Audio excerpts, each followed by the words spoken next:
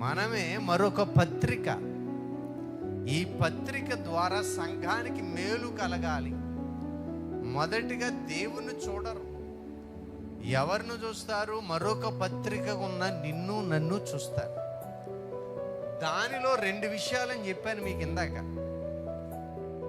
ఈ పత్రికను చదువుతున్నప్పుడు చాలా విషయాలు గమనిస్తారు, కానీ మనమనే పత్రికను చదివినప్పుడు 2 విషయాలు పరిశీలన చేస్తారు.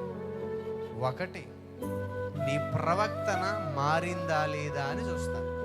ఈ మనుషుడనే పత్రికను చదువుతున్నప్పుడు 2 విషయాలని చెప్పాను. ఆ 2 విషయాలు మొదటిది ఏంటి? మనుష్యుడు దేవుని దగ్గరికి వెళ్ళాడు కదా, ఈమె లేక ఇతడు వెళ్ళాడు కదా, మార్పు ఏమనుందా అని ఒక వైపు చూస్తారు. రెండో వైపు ఏం చూస్తారు అంటే, రెండో మాట, రెండో అనుభవం, దేవుని దగ్గరికి వీళ్ళు వెళ్ళారు కదా, వీళ్ళ జీవితాల్లో ఏదైనా జరిగిందా అది చూస్తారు.